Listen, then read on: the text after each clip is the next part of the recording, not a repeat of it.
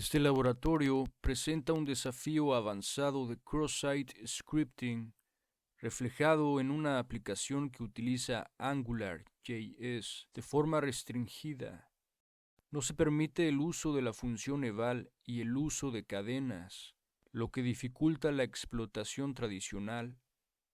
Para resolver este laboratorio, necesitas encontrar una forma de realizar un ataque de XSS de manera que logres escapar del sandbox de AngularJS, eludiendo las limitaciones impuestas por la falta de eval y la imposibilidad de usar cadenas. En esencia, tendrás que encontrar una técnica para ejecutar código JavaScript malicioso que pueda activar la función alert en el contexto de la aplicación.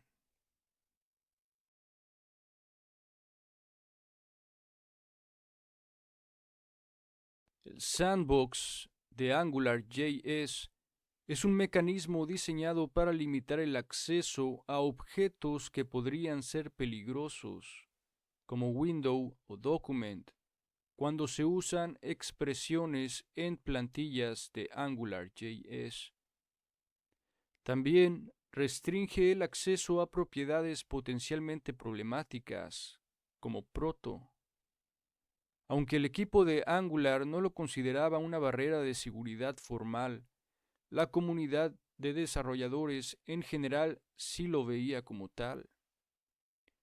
Inicialmente, eludir este sandbox era una tarea difícil, pero con el tiempo los investigadores de seguridad encontraron múltiples formas de hacerlo. Como resultado de estas vulnerabilidades, el sandbox fue eliminado en la versión 1.6 de AngularJS. Sin embargo, muchas aplicaciones heredadas aún usan versiones más antiguas, lo que las deja expuestas a estos riesgos de seguridad. Cuando usas expresiones en plantillas de AngularJS, el sandbox las analiza y reescribe el código JavaScript. Este código reescrito luego se analiza para detectar y bloquear operaciones u objetos inseguros. Un escape del sandbox ocurre cuando un atacante engaña a AngularJS para que trate el código malicioso como seguro. Esto es lo que tenemos que hacer en este escenario. Pero ¿cómo vamos a escapar del sandbox? Un método que se nos plantea en algunas publicaciones es el siguiente: manipular la conducta del método charadd. El método charadd devuelve en un nuevo string el carácter UTF-16 de una cadena. El método charadd se ubica dentro del prototipo de string. El ataque funciona al sobreescribir este método utilizando el método join de la siguiente forma. El método join une todos los elementos de una matriz como un arreglo en una cadena y devuelve esta cadena. Join pertenece al prototipo del array. Esto reemplaza el comportamiento estándar de charadd para que en lugar de devolver un único carácter, devuelva todos los caracteres enviados a él como si fueran parte de una operación de concatenación. La manipulación del método permite al atacante engañar a las funciones de validación que esperan caracteres únicos y confiables, logrando así inyectar cadenas completas que contienen código malicioso. Por ejemplo, una función de validación sería isIdent, que sirve para validar si un carácter es válido como parte de un identificador. Esta función espera comparar un solo carácter y su lógica es la siguiente. Esta función compara el argumento ch proveniente de la entrada del usuario contra un conjunto de rangos permitidos. letras minúsculas y mayúsculas de la A a la Z, guión bajo y el signo de dólar. Si el carácter se encuentra dentro de estos rangos, la función devuelve true. De lo contrario, devuelve false. Esto significa que caracteres como números, comillas o signos de igual no son considerados válidos por la función. Un problema surge cuando la función recibe una cadena completa en lugar de un solo carácter. Dado que isIdent solo evalúa el primer carácter de la entrada, cualquier cadena que comience con un carácter permitido pasará la validación, aunque contenga caracteres no válidos después del primero. Es por eso que si sobreescribimos el método charadd para que en lugar de devolver un solo carácter, retorne una cadena completa, por ejemplo, utilizando el método join, la lógica de isIdent falla porque asume incorrectamente que el argumento ch es siempre un único carácter. Esto permite que entradas no válidas pasen la validación al no estar diseñadas para manejar cadenas completas. Vamos a proceder ahora a comprender la primera parte del payload que vamos a utilizar. En este escenario, recuerden que no tenemos permitido usar las comillas simples, es decir, inyectar strings de manera literal. Por lo tanto, vamos a utilizar el método toString, que es un método disponible en todos los objetos en JavaScript, heredado del prototipo de Object, que convierte un objeto en su representación en forma de cadena. Un constructor es una función especial utilizada para crear e inicializar objetos.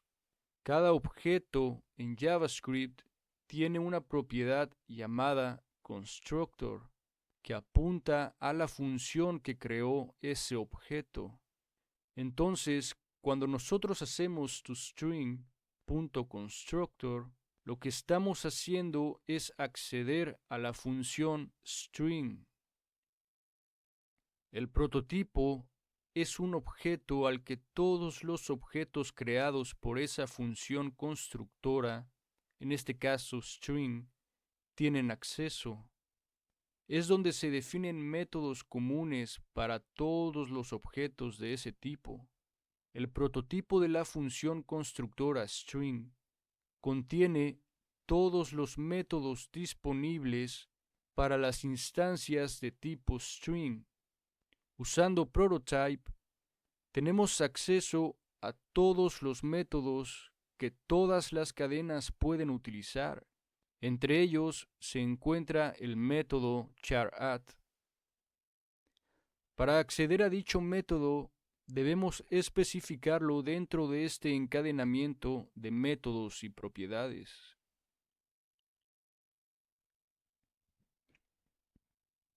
Ya entendemos que con charadd trabajamos con caracteres específicos.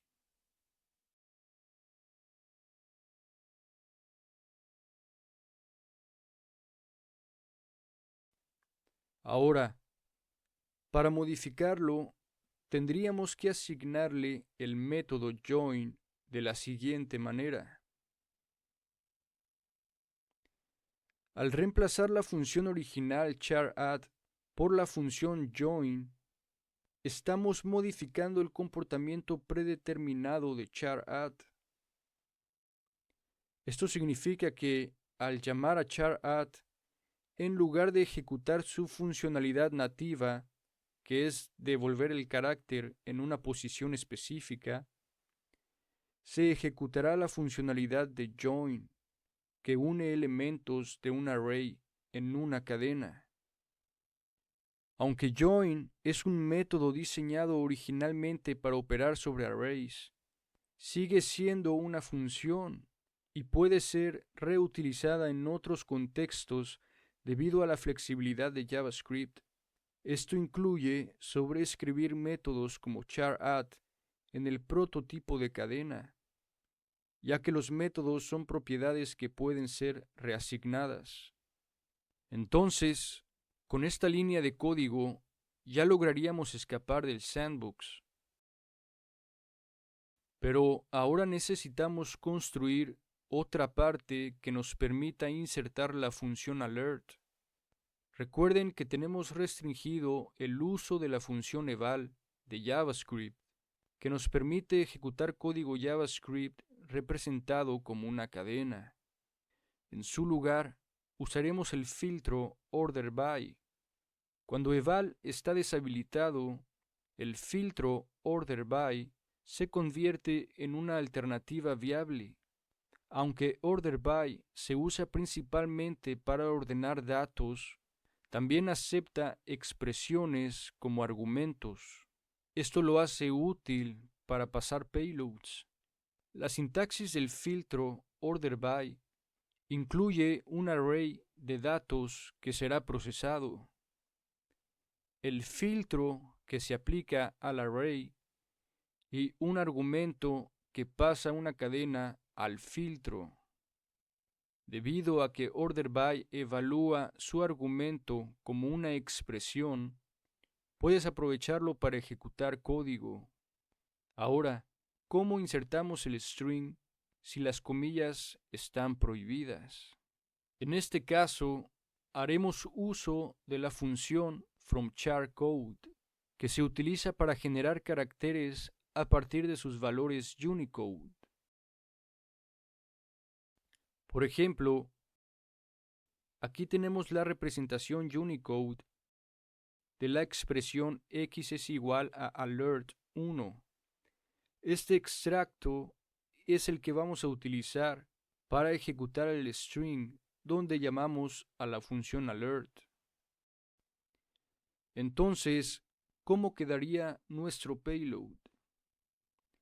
Tenemos la línea de código donde burlamos el sandbox de AngularJS, manipulando el comportamiento del método char_add para poder introducir una cadena completa maliciosa. Luego, en la segunda parte, llamamos al filtro OrderBy para evaluar nuestra expresión maliciosa. Y con toString vamos a poder convertir nuestro objeto en una cadena de texto. Y luego con constructor accederíamos a la función constructora string. Es exactamente como lo hicimos en la primera parte. Y luego accederíamos al método FromCharCode para inyectar el alert en formato Unicode. Esta es la carga útil que vamos a insertar para llamar a la función alert. Antes de ejecutar el payload, vamos a analizar la aplicación web y entender por qué es vulnerable a este ataque.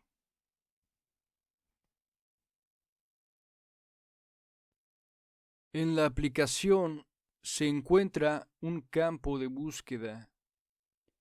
Si introducimos un texto y luego lo inspeccionamos en el DOM, podemos notar un script en donde se está procesando nuestra entrada de texto. Este script está escrito en AngularJS, que ya sabemos que es un framework para construir aplicaciones web dinámicas. Esta línea declara un módulo de Angular llamado LabApp. En este caso, el segundo parámetro es un array vacío. Un módulo es un contenedor que organiza el código de la aplicación. Aquí se está definiendo un controlador llamado VunControl para el módulo LabApp. El controlador es responsable de manejar la lógica de la vista asociada a él. Volume Control recibe dos dependencias. Scope, un objeto que permite compartir datos entre el controlador y la vista HTML. Y Parse, un servicio que permite convertir una cadena de texto en una expresión que puede ser evaluada dentro del contexto de Angular. Parse permite evaluar dinámicamente una expresión en AngularJS. Esta característica es útil en aplicaciones legítimas, pero si se utiliza con datos no confiables, como entradas del usuario, se convierte en un vector de ataque. Aquí se inicializa query como un objeto vacío dentro del scope.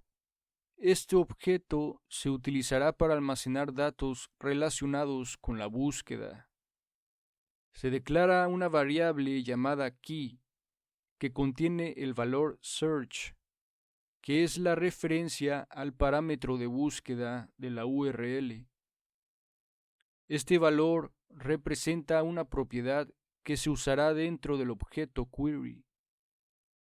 En este paso, la propiedad search del objeto query se define y se le asigna el valor mexploit, que es nuestra entrada de texto. Y aquí ocurre lo interesante. ParseKey devuelve una función que está diseñada para evaluar una expresión AngularJS en un contexto específico. Esta expresión está representada por el valor de la variable key. Esta función se aplica al objeto scope.query. En este caso, evalúa la propiedad search de query, que contiene el valor mexploit, nuestro input. Scope Query almacena los datos de entrada del usuario y el resultado de esta evaluación es mexploit y se asigna a scope.value. Al final, el valor de scope.value será nuestra entrada de texto, en este caso mexploit, ya que esa es la propiedad que estamos evaluando con el objeto query. En resumen, el script evalúa dinámicamente el valor asociado a la clave search dentro del objeto scope.query y lo almacena en scope.value, que podría usarse para actualizar la interfaz del usuario. Si key, que es el parámetro de la URL, contiene una expresión manipulada por un atacante, Parse podría ejecutarla creando una vulnerabilidad.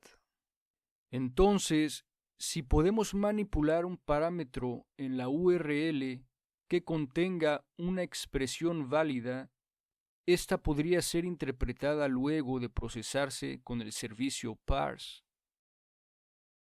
Por ejemplo, una operación matemática como 5 más 5. Es importante codificar los caracteres especiales ingresados en la URL para evitar problemas en el renderizado. Como pueden notar, nuestra expresión está siendo evaluada por el servicio parse y se está mostrando en la vista HTML.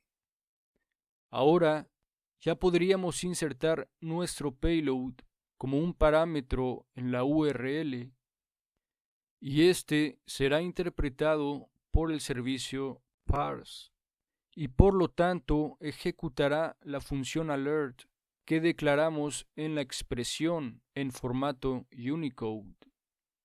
Entonces, a fuerza debemos introducir un valor de búsqueda dentro del parámetro search. Luego incluimos un nuevo parámetro que en este caso será nuestro payload y de igual manera debemos asignarle un valor. También debemos codificar el signo de igual en la parte de char_add cuando le asignamos el método join. Ahora ejecutamos.